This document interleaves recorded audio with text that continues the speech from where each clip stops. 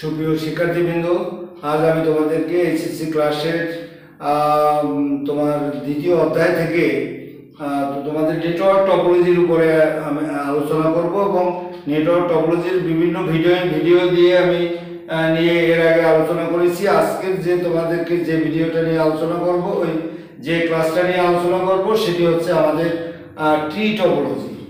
দেখো, তো আমাদের এই ট্রি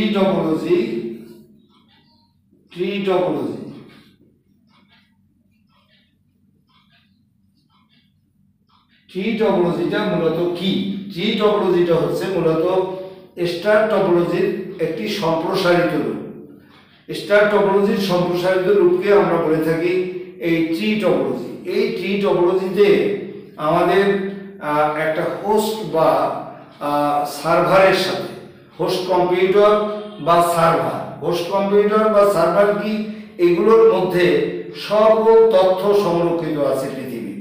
তো এই হোস্ট বা আমাদের সার্ভারের সাথে একাধিক স্তরের কম্পিউটার মূলত আমাদের সংযুক্ত থেকে ডেটা আদান প্রদান করে থাকে।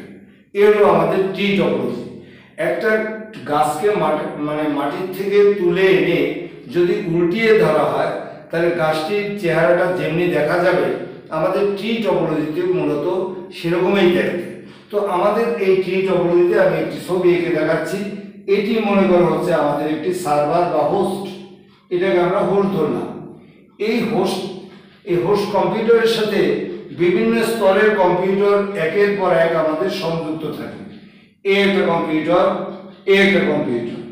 তো এই যে কম্পিউটারগুলো যুক্ত আছে, এই ট্রি টপোলজিতে যে কম্পিউটারগুলো যুক্ত থাকে সেগুলো বিভিন্ন স্তরে আমাদের বিভক্ত থাকে। এই হোস্ট হচ্ছে আমাদের ফার্স্ট স্তরের কম্পিউটার। এই যে দুটো কম্পিউটার এর সাথে যুক্ত আছে, এটাকে আমরা সেকেন্ড স্তরের কম্পিউটার বলতে পারি। এটা ফার্স্ট স্তর, এটা হলো সেকেন্ড স্তর। তো এই সেকেন্ড স্তরের সাথে আবার কতগুলো কম্পিউটার হাব বা সুইচের মাধ্যমে এরকম আমাদের যুক্ত থাকে। তো এইটা মনে করা হচ্ছে আমাদের থার্ড স্তরের কম্পিউটার। তো এই যে একটা জিনিস মনে রাখা দরকার আমাদের, যে এই যে থার্ড স্তরের কম্পিউটার এই থার্ডের হোস্ট হিসাবে কাজ করবে। সেকেন্ড স্তরটি এই থার্ড স্তরের হোস্ট হিসাবে কাজ করবে, অন্তর্বর্তী হোস্ট হিসাবে কাজ করবে। আবার এটার হোস্ট হচ্ছে এটা, তাহলে এটার হোস্ট আমাদের এটা। এই থার্ড স্তরের কম্পিউটার যদি ইচ্ছা করে যে আমি প্রথম স্তরের কম্পিউটারের কাছে ডেটা পাঠাবো, কিন্তু সেটা কিন্তু সম্ভব না। কারণ থার্ড স্তরের কম্পিউটারকে অবশ্যই সেকেন্ড স্তরের কম্পিউটারের উপরে নির্ভরশীল হতে হবে। থার্ড স্তরের কম্পিউটার সরাসরি প্রথম স্তরে ডেটা পাঠাতে পারবে না।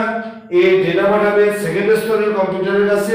এই সেকেন্ড স্তরের কম্পিউটার আবার ফার্স্ট স্তরের কম্পিউটারের কাছে আমাদের ডেটা পাঠাবে। তো আমাদের দেখো যে এই ট্রি টপোলজি মূলত আমরা বিভিন্ন বড় ব্যাংক এবং শিল্প কারখানায় আমরা এই ট্রি টপোলজি মূলত ব্যবহার করে থাকি। তো এই ট্রি টপোলজিতে আমাদের দ্রুত গতিতে আমাদের ডেটার আদান প্রদান করা যায়। কোনো একটা কম্পিউটার যদি ইনকেস নষ্ট হয়ে যায়, তাতে কিন্তু অন্য কম্পিউটারে যারা আছে, অন্য কম্পিউটার যে নেটওয়ার্কের সাথে যারা থাকে, তাদের ক্ষেত্রে কাজের কোনো সমস্যা সৃষ্টি হয় না। বা কোনো কম্পিউটার যদি আমরা এখানে সংযুক্ত করতে যাই, তাতেও কিন্তু কোনো ধরনের সমস্যার সৃষ্টি হয় না। তো এই ট্রি টপোলজির আমাদের সুবিধা হচ্ছে যে দ্রুত গতিতে ডেটা আদান প্রদান করা যায়। কম্পিউটার নষ্ট হলে বা কম্পিউটার সংযুক্ত করলে এতে অন্য ব্যবহারকারীদের কোনো ধরনের সমস্যার সৃষ্টি হয় না। আর অসুবিধাটা হলো যে এখানে এটা বাস্তবায়ন খরচটা একটু বেশি এবং এর কনফিগারেশন মূলত একটু জটিল। এই সমস্ত অসুবিধা আমাদের আছে। কিন্তু আমাদের স্টার টপোলজি এবং tree topology same topology. Star টপোলজির একটি সম্প্রসারিত রূপ হচ্ছে মূলত ট্রি টপোলজি। তো সকলকে অনেক ধন্যবাদ। আমার ভিডিও ভালো লাগলে এটাকে লাইক এবং সাবস্ক্রাইব করবে।